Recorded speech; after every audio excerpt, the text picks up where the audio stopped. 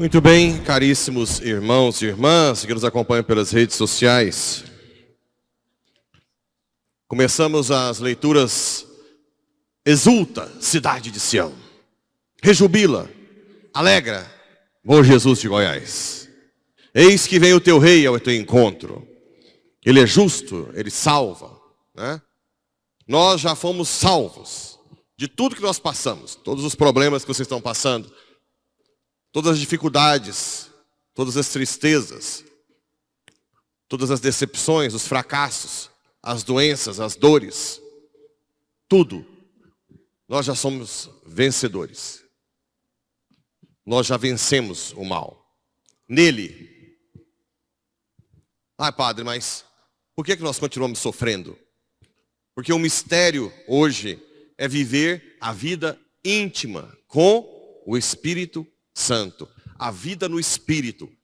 Nós temos que treinar a nossa cabeça para entender que no projeto de salvação divino não tem jeito de escapar do sofrimento e da morte. Esquece. Eu sei que tem gente que muda de igreja, fazendo de bobo para se iludir com essas propostas. Vem para cá, que você não vai sofrer, vai prosperar. Balela. Quem vai ficar para semente? O que eu já atendi de protestante, que estava deprimido, porque achava que Deus não amava, porque não prosperava.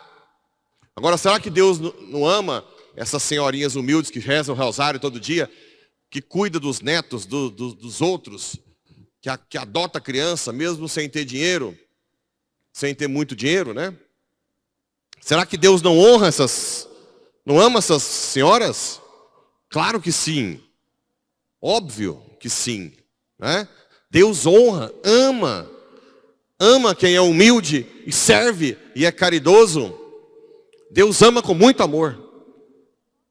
E essas pessoas que prosperam roubando, trapaceando, né? E essas pessoas? Não é a prosperidade que vai servir de parâmetro para quem Deus ama. Deus abomina os corruptos, os que roubam, os que tiram daquilo que é do povo para se embrenhar em luxos, né? Deus odeia, tem ira sobre esses. Então, na verdade, quem Deus olha lá do alto? Eu te louvo, ó Pai, Senhor do céu e da terra, porque escondeste essas coisas aos sábios e entendidos e as revelaste aos pequeninos. Quem são os pequeninos de Deus? Os humildes. Quem são os humildes? O que aceita tudo? Você pode brigar com ele e aceita tudo que vier? É esse? Quem são os humildes? São os que reconhecem que depende de tudo, de Deus para tudo, para ser bom, para ser salvo. Sim ou não? Esses são os humildes. Pode ser pobre, pode ser rico. Claro que o rico tem a tendência a confiar mais nos seus bens e colocar sua segurança neles. Mas há ricos, poucos, que podem sim se abandonar em Deus e usar da sua riqueza para ajudar a igreja e os pobres. Ou abdicar dos seus bens. Dia 16 de julho agora, inclusive quero colocá-lo aqui no altar, eu vou aos votos solenes da Bárbara, que é uma menina de família abastada, que mora no Granville, um condomínio fechado de Goiânia, mas que simplesmente decidiu largar tudo, e já tem um tempo já, agora vai ser os votos perpétuos dela, para entrar nada mais, nada menos do que no Carmelo de Uberaba. Quem quiser ir lá também, o Dom José vai ser o celebrante, Dom José Aparecido. Eu senti que vocês vão ter vontade de ir, né, Maria? Eu estou vendo aqui, os olhos brilharam. E para o Carmelo, pensa, deve ser muito bonito, hein? E ela é santa. Padre, eu sei que ela entrou um tempo no Instituto Hesed, só que ela rezava demais, aí as meninas achavam que ela era bem preguiçosa. Eu sempre achei, não, ela é santa. Agora no Carmelo, a gente vê que ela está na vida de contemplativa, né? Então ela era de família abastada. E não é por isso que ela deixou de dar o seu sim. Ela se entregou e vai viver, entre aspas, presa para Jesus. Eu já contei a história aqui de uma monja carmelita lá de Cotia, que eu visitava. E ela estava fazendo 68 anos de clausura, o dia que eu visitei. E eu disse, mas irmã, 68 anos presa, aí dentro. Na época eu não era nem seminarista. Aí ela começou a dar gargalhada, kkkkkk, e ria, e dava uma gargalhada, e ria. Uma alegria que eu nunca vi fora. E quando ela foi parando de rir, ela disse, quem disse que eu estou presa? Se alguém pode estar preso aqui, é você. Que paulada, né? Com certeza, eu estava muito mais preso em um monte de coisa do que ela. Ela estava livre. E morreu. Com certeza está lá no céu, intercedendo por mim. Que ela escrevia sempre para mim. A Bárbara também, vira e mexe, ela escreve, dizendo que intercede. E outra coisa, Deus colocou no meu coração, vá, porque a Bárbara será uma grande intercessora sua. Hoje já mudou o nome dela, né? Porque eu não sei qual é o nome atual. Será uma grande intercessora sua, da sua missão. Vá. E eu vou lá pedir para ela ajuda, né? Então, mesmo pessoas que têm dinheiro, conseguem ver além do dinheiro o céu e se abandonam. E tem gente pobre também apegado? Tem, que só come aquele prato, aquele copo.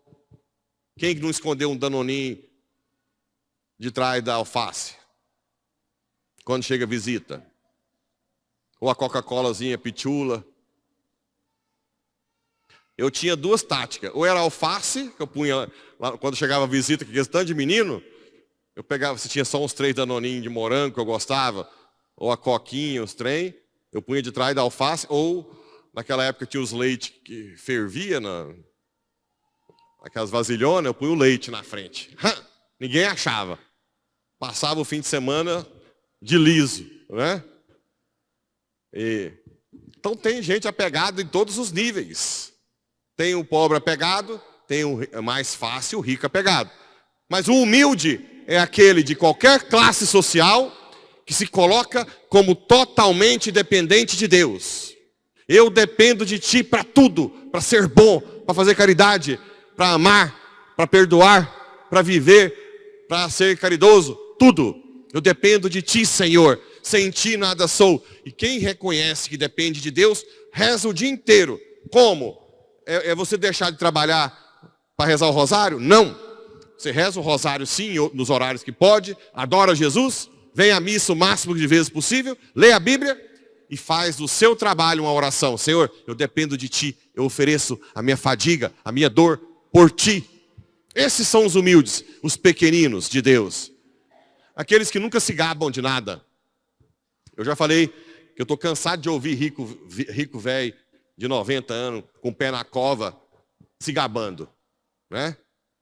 Eu que fiz isso, eu ajudei a construir a igreja, eu que ajudei a asfaltar Bom Jesus, essa escola foi meu pai que fez. Ah, vai, olha para o céu, olha a cova que está na sua frente, esquece do que você fez, vai fazer caridade, vai ser dizimista de verdade, que nunca foi, realmente rico não é, raramente, né?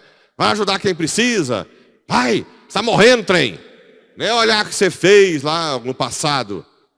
Sim, como é que você está se preparando para a vida eterna? O humilde, o pequenino de Deus, nunca se gaba. Eu vi uma senhorinha que eu fui dar unção dos enfermos, que era santa, e a família toda rezando, aquele tanto de filho, neto, rezando. Parecia o céu na terra, e ela com falta de ar. E aí os filhos, é uma santa, padre, é uma santa. E ela nunca, eu não sou nada. Eu estou mentindo, padre. Eu sou um miserável. É aquela que eu falei que ela já vi que era santa de início. Ela emprestou a casa para uns 6 velórios. Dos outros. Sabe que é santa? Hã? Não, emprestar a casa para velório dos outros é demais. Aí já é é uma santidade que eu não alcançaria nunca, né? Pensa. Fora os filhos, as pessoas que ela adotou. Os filhos que ela tem, mais os que ela adotou. E ela não aceitava os elogios. Não aceitava. Ela dizia que não era nada. Esses são os pequeninos de Deus. Assim como eu já falei 1000 vezes, quando eu faço algo de bom nessa paróquia, não sou eu, é o Espírito Santo. Quando eu faço algo de ruim, quem é?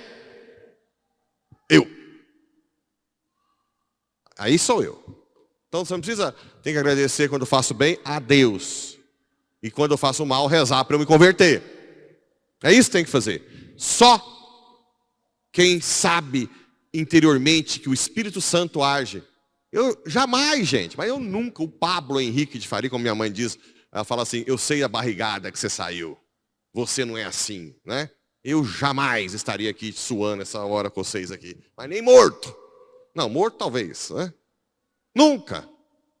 Quem me coloca aqui? Espírito Santo. Vá, me sirva. Até a morte. Por isso que eu nem tenho crise vocacional. Porque quase tudo que eu faço eu não faria jamais. Eu faço por amor a Deus. Porque eu amo, sou grato a Ele, né? Muito grato. Deus está... o que Ele me dá interiormente, aqui entra o mistério, gente. Ninguém vai entender o que Deus faz numa conversão. Às vezes uma família rica, tem uma pessoa que converte e começa a vir na igreja, toda a família vai massacrar ela, dizendo que está ficando bitolada, que pode levar suas coisas para a igreja. Mas aí começa a abdicar de muitas coisas, de festas, de viagens. E o povo não entende, acha que está ficando doido. Não é que está ficando doido, não.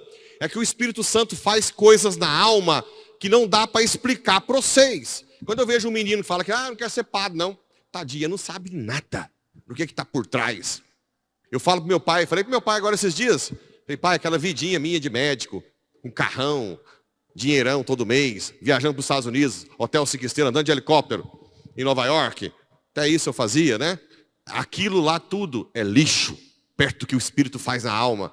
A grandeza, o que você vê, o que você sente, a paz, a falta de medo da morte, a esperança na vida eterna, isso não tem preço. Não tem preço. E é isso que Jesus está dizendo aqui, ó. Tudo que me foi entregue por meu Pai, ninguém conhece o Filho senão o Pai, e ninguém conhece o Pai senão o Filho, e aquele que o Filho quiser revelar. Quando eu comecei a ter aula de catecismo de novo, que eu pedi para me dar aula de catecismo, que eu não sabia nada de igreja, eu chorava. É como se o mundo tivesse aberto a outra porta, a única porta, né? Porque eu estava com ferro na frente, um portão de ferro. Eu tenho dó desses ricos, desse povo, ou pobre também, que não tiveram um encontro pessoal com Jesus. E morre sem esperança nenhuma, sem vida eterna, sem a graça do Espírito Santo. Sem nada, vendo os filhos se degladiando de mal um com o outro, com a de herança. Que fim de vida terrível, horrível. Você não deu nada de valor para o seu filho, a não ser apego aos bens materiais. E depois você está lá, caquético, morrendo. E os seus filhos nem vão te visitar porque brigou um com o outro, brigou com a mãe, porque está brigando no inventário com a própria mãe. E você lá morrendo sem esperança nenhuma, com o inferno chegando perto de você. Você já imaginou que loucura? Depois chama a gente louco. Louco é quem não busca Deus, não coloca Deus em primeiro lugar. Esse é louco varrido. Não sabe o que o espera no final da vida. Ou amanhã, agora, ninguém sabe a hora de morrer. Quantos e quantos casos de quase morte. Eu já tive paroquianos que teve experiência de quase morte. Teve uma paroquiana que veio, que ela não era de igreja, faltava missa, achava que era bobagem. E ela foi fazer uma cirurgia, teve uma complicação, e ela quase morreu. E olha o que ela me disse. Ela chegou em mim, ela não sabia o que era ostensório.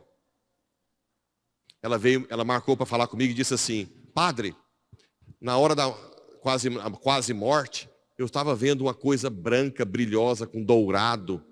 O que é aquilo? Eu lembro que eu senti uma paz que eu nunca senti na vida na hora. Só que de repente, de uma hora para outra, sumiu aquilo e veio uma escuridão e um monte de gritos. E eu comecei a ficar desesperada, eu gritava, não, me deixa voltar, não.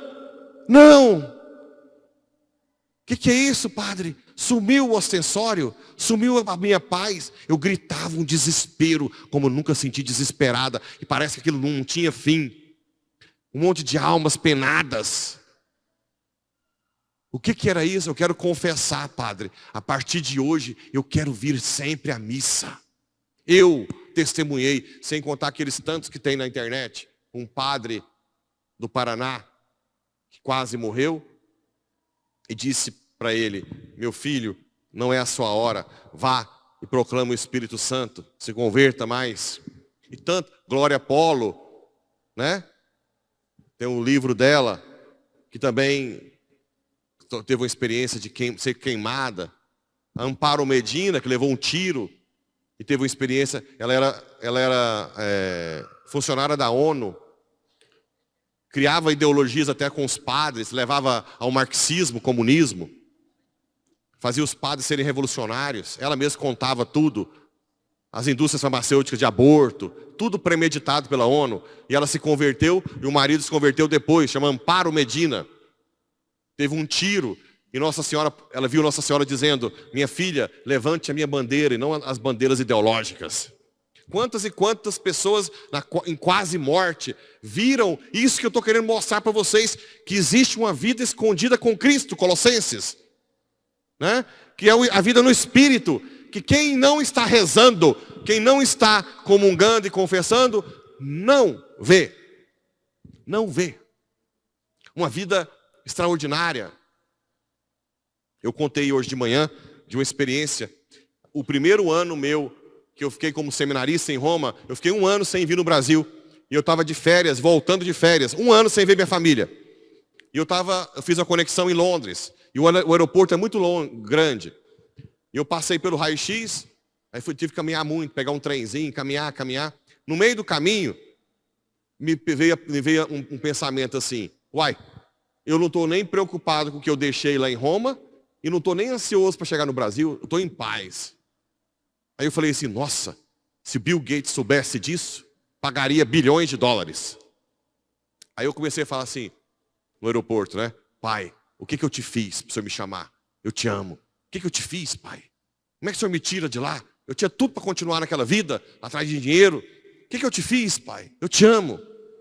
Tá, chego para embarcar, eu abro a minha mochila, cadê meu iPad? Eu tinha um iPad que eu fazia palestra em escola. Só para vocês entenderem quem vocês servem. E não é um qualquer, não. É o Senhor do Universo. Só que ele se esconde. Ele se faz pequeno para ver se você confia nele pela fé. Aí eu falei assim, fechei os olhos. E olha que eu tinha acabado de falar que eu amava ele várias vezes, né?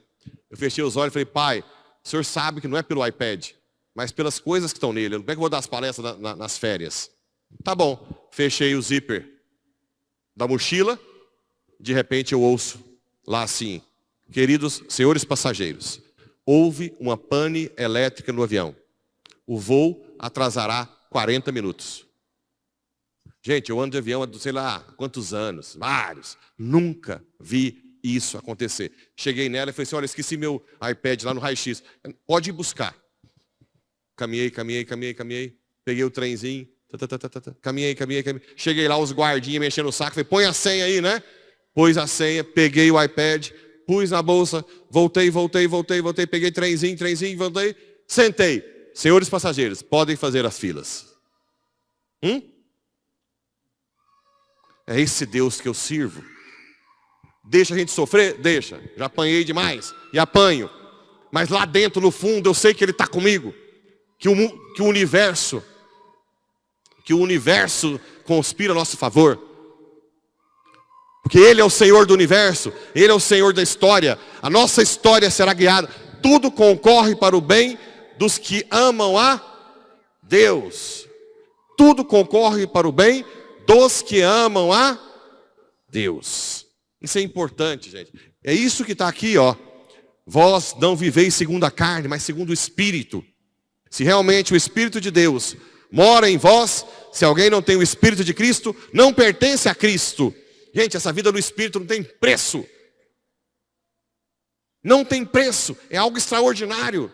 Essas vidinhas de Xi Jinping, de Trump, esse tanto de gente aí, que esse tanto de avião, jatinho, não é nada perto do que Deus dá lá na alma, o que nós teremos no céu. E nós ficamos mendigando amor, mendigando coisinhas, se sacrificando por casa própria, para trocar a moto, e não se esforça nada por essa vida do Espírito, que é de graça. Isaías 55, né? Vinde comprar sem dinheiro, é tudo de graça, mas não. Aí tem compulsão por compras, porque quer saciar um vazio que poderia muito bem ser saciado aqui, na adoração, na missa, na comunhão, na confissão, mas não. Qualquer coisinha tira da missa dominical, coloca um pecado mortal. Como é que você vai ter a vida de espírito? Para ter essa vida de espírito, de alegria, você tem que renunciar a sua vida por Ele, dar a vida por Ele. Mas vale a pena. Vale tanto a pena, que eu já falei. Se um dia eu me afastar de Deus, com muito perigo de afastar definitivamente, o que eu falei para ele fazer? Me mata, Senhor. Não me deixa viver. Porque a vida sem ti, a vida sem o Espírito, para mim não tem mais sentido. Ou eu vivo uma vida no Espírito até a morte, ou melhor, morrer hoje. Me mata hoje. Só me dá um tempinho para confessar, né?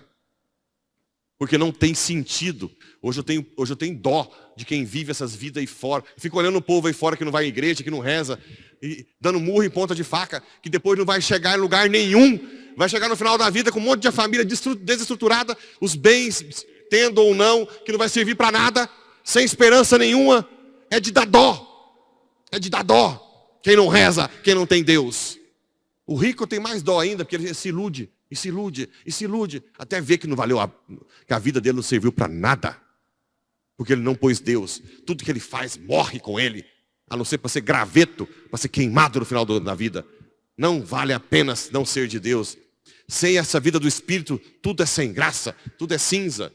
Já com a vida no Espírito, mesmo que nós soframos, mesmo que nós tenhamos doença, nós teremos alegria que vem do alto. Eis-me aqui, Senhor, faça de mim a tua vontade.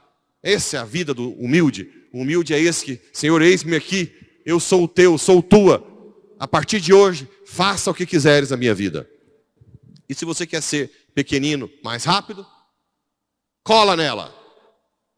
Ela que foi a menorzinha, né? Menorzinha, né? Cuidou de casa, amamentou Jesus, pequenininha. Hoje é rainha do céu. Rainha do céu e da terra, de todas as galáxias. Então ela vai te ensinar, pouco a pouco, como ser pequenino, para você depois participar dessa grandeza que ela participa hoje. Pelo amor de Deus, gente, tomem juízo. O que vocês fazem lá fora, sem Deus, não serve para nada. A não ser para dar briga em família. A não ser para um morrer para o outro e levar para o inferno. Que tristeza chegar no final da vida e ver que você não fez nada que vai ficar para sempre. Nada. Porque só eterniza quem dá a vida para Deus. Porque só Deus é eterno.